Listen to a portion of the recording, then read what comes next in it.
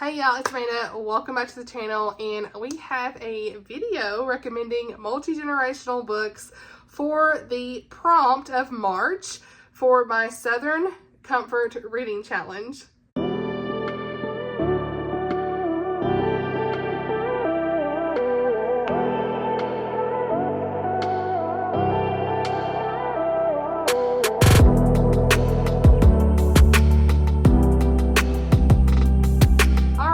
So I'm really excited about this video because I know several of you have asked me, Amanda, we need the recommendations for this month. Okay, and you guys, I'm gonna play look, we're gonna play loose with this prompt. You find what you think is gonna be fitting the prompt, and that's fine. But I did look up the official definition of a multi-generational book just for the sake of the video, because I need to kind of think about it in my mind. But a multi-generational book is a book that spans across, obviously, multiple generations of characters, typically focusing on family dynamics, legacies, and how different time periods and experiences shape the individuals and relationships over time. So they can have themes of history, cultural traditions, inheritance, and the impacts of the past generations on the present and the future. So you might follow lives of several characters from different generations, like grandparents, parents, and children, great-grandchildren, all of that. The narrative may weave throughout different time periods and reflect the evolution of characters, the societal changes, and sometimes the passing of wisdom or trauma across generations, okay? So play loose with this. Like, don't feel like you gotta read just like a full-on 5 people in a book, you know what I mean? Like, it could be just 2, could be a woman telling her story to another generation. That's what I'm gonna at least recommend. Like, don't feel like it's got to be something crazy, right? Just fill it in if you can. If not, it's fine, because I honestly didn't even have anything for this month, you guys. I didn't have anything yet, so for my own reading challenge, but we're here. Okay. All right, so let's talk about one that I think is pretty easy. An author that does a lot of dual timeline books, okay? And that is Jamie Jo Wright. Look, I think a lot of her books would count for this. Dual timeline, usually she follows like one generation of a family in the future, or the current day, and then in the past. And so in The Vanishing at Castle Moreau, which is definitely one of my favorite Jamie Jo Wright books, I gave this 5 stars. It made me tear up in the end. It's one of my favorites. She writes like Christian suspense, has really good faith elements in her books, just phenomenal stories. And this one is considered a multi-generational book because it puts together the two timelines, one in present day, and again, one in the past, and she's connecting the lives of these multiple generations, like 2 different women's lives and how they intersect, and the families and all this stuff, and how the past is affecting the present in this book, like specifically the legacy and things that happen in the past and what's going on in the present. Like they're trying to figure out what happened in the past that is impacting future generations, and I feel like that counts, right? So yeah, this one was one of my favorites. You've got this secret that's going on in Castle Moreau. They're trying to figure out why these people were disappearing, I want to say. It's set in Wisconsin. Yeah, there's a secret behind the castle walls, and I'm not gonna say too much because it really was one of those, like, you just need to go in and read it. It's not too scary. I'm not someone who can read scary stuff, but it was really just, wow, phenomenal. The stuff at the end was like, I didn't even see it, and the way that Jamie had the faith elements in this, it was really good. So present day was Cleo Clemens, who was hired by the grandson of the family to help his grandmother face her hoarding in the Castle Moreau. And then in the previous timeline, you had Daisy, who takes a position as a housemaid to escape the horrors of her past life. And so women are disappearing from the area, and she seems to parallel a local legend, and Daisy's kind of thrust into this. Well, then there's another timeline in here, or point of view, that's called The Girl, and you're like, how does that intersect with this? So it's just, I think it would count, and if not, we will say it does. Like in The Premonition at Withers Farm, this definitely was one, because it had the Wozniak family was tied to in both timelines, I want to say. I can't even remember. Pearliette Van Hilton and Molly Wozniak. So there were some like family connections there too. I'm not going to get too much into that, but just kind of look at some of her books if you're interested in any of them. Kind of read some of the synopsis. I know like Echoes Among the Stones by Jamie Jo was the first book I read by her, and I gave this like a 4.55 star. I want to say this is probably more like a 4 to 5. 4 to 4.5, but this one dealt with Imogen Grayson, who worked in a beauty salon, but comes home to discover her younger sister's body, and that's in 1946. And then in present day, you see this woman's grandmother, Mumsy, living alone in her vintage, like outdated home, and she is, I can't say too much, but there is a connection there in both timelines of the family of like she is like recreating this crime in an old dollhouse, and it's very interesting to see how it finally came to pass. You're trying to figure out how the families are connected in this, and it really was a good multi-generational connection, I felt like. So those are just a couple. I'm not gonna get it all into her books, but like look at some of hers, see if you think they're gonna fit the bill, and go on. Like I think that's fine. It's not gonna be perfect. Next I want to mention Assassin's Apprentice by Robin Hobb. This actually was one that my friend Tammy recommended for this. Okay, she gave me some great options, and I was like, oh yeah, I've totally forgot. And what I think is so interesting about this is, while this is not like your traditional multi-generational story, we're following the focus of one character. I should say we're focusing on the life of one character, primarily Fitz Chivalry Farseer, okay, and his journey from childhood to adulthood. But this is set in a world where like the events and the histories of previous generations will play a very significant role in the story. And you do see, I guess, some generational stuff in here, I'm not gonna say, but it's not like the exact same way that you see in your traditional multi-generational worlds and stuff or books. But it does explore the past generations of the Farseer family and the royal lineage and some of the political magical legacies and things like that shape Fitz's world. And so for me, I think it counts. This is a secular fantasy, and it does have a little bit of language and some content and like war stuff, I guess. He's an apprentice. He's an assassin's apprentice. Hello. So nothing too crazy, okay? It's pretty short. The second book's pretty long. The third book's pretty long. I've read the second book. I've really enjoyed learning all about Fitz and his journey, and even though I don't always understand what's going on 100%, I really enjoy this. Christy, my friend Christy at Christy's Purple Library, loves this author, and that's why I picked it up to begin with, and I am like hooked with this series. I need to continue on in book 3 and see what happens. So but yeah, I think this one definitely will count. It includes some like elements that relate to legacies and past generations for the main protagonist of the story, so I feel like that would definitely count for this. So next I have some biblical fiction options for you guys. Voice of the Ancient is book 1 in the King's Men series by Connell and Cassette, and book 2 is Shield of the Mighty. I really enjoy both of these books. These are like 4-star reads for me. I think they're cousins, but we follow some family members in these series, and you see just like they're kind of like during Old Testament time, of course, obviously in like Kings and stuff. Like here you see like a coming of age story as well. They're called more so coming of age. But Voice of the Ancient in book 1, I won't talk about book 2 really, but book 1, it says the eldest son of a Levite and Philistine, Avedon, how do you say his name? I can't remember. He is torn between his duty to his family legacy and his desire for something more. An enemy attacks close to home, and oh yeah, cousins. Yeah, that's what I thought. Okay. See, I couldn't remember, but it's been a while since I've read these. I honestly, I've read so much. But he takes the opportunity to fight with his cousins for the newly crowned King Saul. And his cousins go missing and all this stuff. There's a little bit of romance in these. So, yeah, these definitely would count. I think there's some good biblical fiction. They're not the best biblical fiction, if I'm being honest, but they are fairly good. They're like more young adult style for me. So they're not my favorites. If I'm looking back, they're probably more like 3.5, rounded up to 4, but I still did enjoy them. So, yeah. I have a Christian contemporary story, Between the Sound and Sea by Amanda Cox. I enjoyed this one. I gave it like a 4-star. This is like a lighthouse story in this, and this is definitely a multi-generational story. A lot of people really enjoyed this book.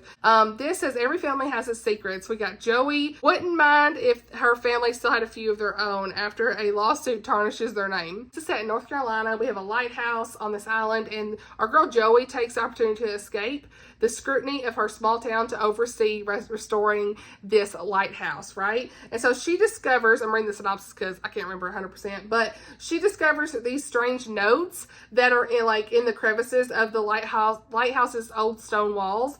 And so they're like pages torn from this keeper's log. And so she is recounting, or the notes, I should say, are recounting harrowing rescues at sea. And so things kind of go crazy on the island, and locals are convinced that it's the ghost of the lighthouse keeper and his daughter who were lost at sea during World War II. And so she is like going through decades of rumors and notes and legends to kind of put together this stuff. So it really is like this multi-generational story. I think it would count for the prompt. And then we've got All My Secrets by Lynn Austin. You can kind of tell Between the Sound and Sea is out my brain, honestly. But I still liked it at the time, but it's not one I remember 100% for some reason. I don't know. But anyway, All My Secrets by Lynn Austin is definitely a 5-star read. One of my favorite books of last year. And this definitely is a multi-generational story because we have the Steinhope women. And y'all, this one, I remember this real good. Okay, we got these women, and okay, let me just say, the man dies. Okay, Arthur Stanhope, he died, and this is set in the Gilded Age in 1898 in New York. And this has 3 generations of women in one family who have to kind of figure all this mess out after Arthur dies, okay? And he doesn't, like, his will's all messed up. Like, they don't get the fortune, I think.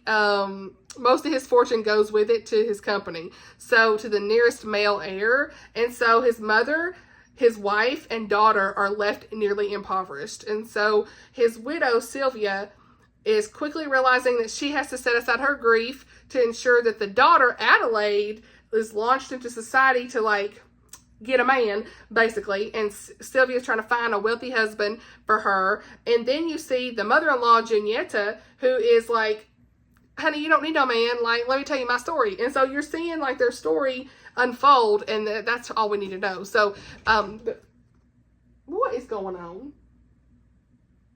There's too much happening. It is literally midnight, okay? But in this one, we are seeing they're like the 2 women mainly telling their story to her, and I really liked that, seeing just everything from the past and trying to influence her, Addie, in some way about making her own choices, and she was trying to make the right decision on just falling in love and living life and things like that. And like, they're like, look, it's okay if we don't have all this money, like, we could still live a good life and make this work. And so it's just a really good, and they have some like secrets, obviously, All My Secrets from this, and I just really enjoyed this book, so I highly recommend that one, probably one of the most for this prompt, okay? Then we have got Veiled in Smoke by Jocelyn Green, and this is another one Tammy had on her list, and this is book 1 in the Windy City saga. I did unhaul books 2 and 3. I wasn't really crazy about book 2 for whatever reason. I just couldn't get into it, but I loved book 1, okay? This is all about the Great Chicago Fire in, when was it? 1871. And so I didn't know much about that when I read this book, but it taught me a lot about it, so I was really glad I read it. This was one of the book club reads Tammy had, actually the first one that she had, so I was really glad that we read this one. We have 2 sisters, Meg and Sylvie, and for me, this is really good because you see a lot of like their father's struggles with the war, and then following Meg and Sylvie's story individually. So while it's not probably your traditional, like somebody's telling their story, there is a lot about their father and their history and all of these things. See a lot of like the trauma that their father went through in the war, and he's like got PTSD, and then he is accused of a murder he didn't commit, and so the sisters are kind of trying to figure that out to try to exonerate him and figure all this stuff out too. And then there's like some romance, but I really enjoyed more so the non-romantic parts of the fire and like the events of the fire and the father trying to help them and like their development as sisters. So yeah. Then we've got By Way of the Moonlight by Elizabeth Musser. It's been a while since I've talked about this, you guys. I talked about this in 2022 when I first started my channel, and I really enjoyed this book. It's all about like equine therapy. I had never, equine, however you say that, therapy. It's horse therapy, and I didn't know anything about that as well. Another reason I love historical books because I can learn all the things, but I didn't know much about this. But this definitely is a multi-generational story because we're following dual timeline. Two courageous young women tied together by blood and shared passion, and they will risk everything to save what they love most. Definitely multi-generational here, okay? We have got Allie Massey, and I like the historical timeline the most in this, by the way, but Allie is in the present day, and she is a physical therapist, and she has always dreamed of making her grandparents' 10-acre estate into like a trauma recovery place for like using equine therapy. And this is a dream that her grandmother, Nana Dale, embraced a long time ago, and her grandmother recently passed away, and the will is read, and there's some issues with the property that's not going as the way that they wanted. So then you're following decades earlier, Dale Butler. His passion is to bring home the prized horse that her family lost years ago in the Great Depression, okay? Nana Dale, okay? And World War II is looming. She is called upon in ways that she never could have imagined. So there's all this stuff going on with the horses and all that. And then you see really how her world expands in this new way, because there's all this, oh, what was it? It was like the horse. What was that? I need to look at my review. I had to pull up my review because there's something else in this book that's not mentioned in the synopsis that I think is important. Let me look. Okay, yeah. Nana Dale's love story. You guys, it was powerful. And I cried with the whole thing. Like, I mean, that was powerful in itself. That's why I think I loved the past timeline more than the modern day. But there was something else in here about Coast Guard Beach Patrol. I remember learning about that. Like, I had no idea they were it was the guarding of the coastline during this time in World War II, and it was a lot of just interesting information, I felt like. So, yeah, this was set in 2020, right before the pandemic, it looks like. I couldn't remember. And then the World War II. And then it's like in the southern setting in Georgia. So, forgive me for having to look at my notes. It's been 2 years. But I'm like, this was one I loved. I had a whole dedicated review video for this. I'll actually link it if you want to watch it. It was a really good book. Like, the ending shocked me in the best way from what I remember. I remember just being so overwhelmed with the emotion as well. So, yeah. This is another one as well. I probably better just go ahead and pull up my review for this one, because I read this at the same year in 2022, around the same time, I think. And that is Beneath the Bending Skies by Jane Kirkpatrick. And well, if I could type Bending Skies. You guys, I've been filming a lot. This is the 4th video I filmed. Okay, so Jane Kirkpatrick writes books that they're Christian fiction, but they're usually about like real people, okay? And I didn't know this is about a real person until later, but this is about Molly Sheehan, okay? And I'm gonna pull up my review because I need reference points. But Molly Ronan, which is like Mary Catherine Molly Sheehan Ronan, okay? She was born in 1852. She dies in 1940, and it's told in first person, okay? And Jane did such a great job with telling her story. I remember being just fascinated with this woman's life. There's a prairie setting in this, the gold rush time period, which I love. There's details surrounding Native American culture, and it's just like a notable woman in history that I love to learn about. I would love to reread this actually. But, yeah, I mean, you see a lot about her and her journey and her marriage and with Peter and just all these things. It was really a good story, and it definitely, you see like the focus change a little bit at one point to focus more so on her later years in life. So I'm saying that this is multi-generational. It counts to me, because you really see like stuff with her and her father, and like how just her mother passes away and how that impacts her, and just all the other stuff. We're going to say it counts because I want y'all to read it. Okay, I want somebody to read that book. It was good. I Must Betray You by Ruta Sepetys is another one that was on Tammy's list. And this is definitely one that would be considered a multi-generational story, because we have our main character of Christian Florescu, and he's 17 years old, and we see him with his family, and this is during Romania? I almost said Russia. Romania in 1989, and there's of course the Romanians are not free to do anything really, and this is just a heartbreaking story. I tabbed this book up. It's one of my favorite books. This is a secular historical fiction story, very powerful. It will make you cry, and it will make you not take anything for granted, okay? But the reason I say it's multiple generational personally is all of the events leading up to his growth and what he went through, and it was heartbreaking, but seeing like his grandfather, his family, and just everything they went through, and then over the years, it is a multi-generational story, and just like what's the cost of freedom for these people and all of that. So yeah, Ruta she tells a powerful story, and we're gonna say that one counts. Now I have got, I think this is my last ones. Let me go back to my Canva graphic. No, I've got a couple more. But these might be my last. No, I got a couple more. What am I saying? Saying last nothing. So Lynn Austin, we're back here with her with Waves of Mercy and Legacy of Mercy. These would be great. These are some of the early ones I read on my channel as well. These are great Christian historical romances, but lots of more historical fiction mixed with romance, but it's a good blend. Waves of Mercy is book 1. You're following the different people like Keisha and Anna and Dirk Vanderveen, and it's like, it's hard to explain this book. It's really hard to explain this book. But all I'm going to say is there's 2 women who are searching for answers in Lake Michigan. Anna and Dirk have kind of like a romance, but he's not really supposed to be for her because he's not like the noble status like she is. She's supposed to be engaged to somebody else, but he ain't really that great of a guy. She's new in her faith, trying to learn about faith. Like, I remember all this, and it was just so powerful to see how the story unfolds, and seeing her and realizing her family connections to the other person in this story. Like, it was powerful. Definitely one you've got to read. Lynn Austin, Waves of Mercy. She tells a powerful story. And the audiobook I highly recommend because there's some Dutch language in this. So I didn't fully understand that personally reading it because the way they pronounce Keisha is spelled G-E-E-S-J-E-D-D-E and Jonge, J-O-N-G-E. And it's one of those things of like, that's not how it's pronounced at all, and it's just because of the language, okay?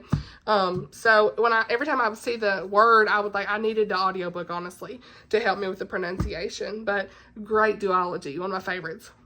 Now, I'm going to say, look, if y'all want to read the Timeless series, this is a whole series of multi-generational family members, okay? It counts. We count it, okay? When the Day Comes is book 1.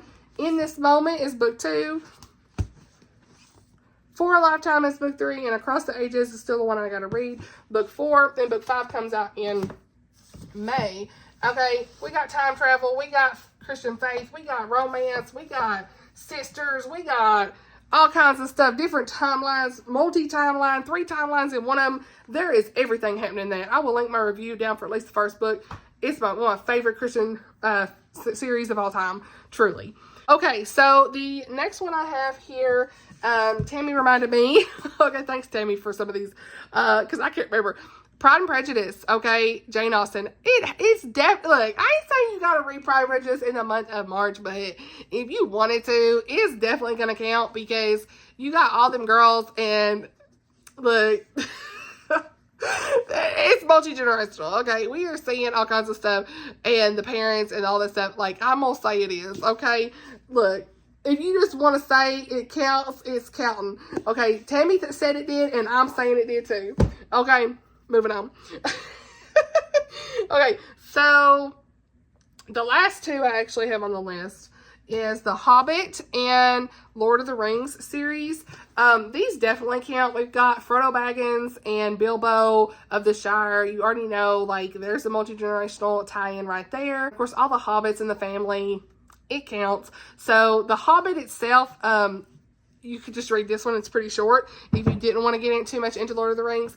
But yeah, this would definitely count. I just absolutely love it. You know, of course, Bilbo is telling his story and writing it down in his little book and stuff leading up to when Frodo is around and they're going on the search for the ring, and all, just like how the ring comes to Bilbo and makes its way to Frodo. Like, it's really a true multi-generational story across the ages. So truly good. So that's all I have for you guys on this list. I'm sure there's more.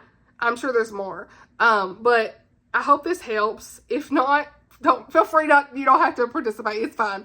Just do what you can. I mean, I may or may not even get it myself, but I wanted to do some recommendations the best I could for this and fit the prompt the best way you can. If somebody's doing a storytelling, feel free to let it go. I'm not going to be policing your board, okay? But thank you so much for watching. Let's chit chat in the comments as always, and I'll see y'all in the next video. Bye, y'all.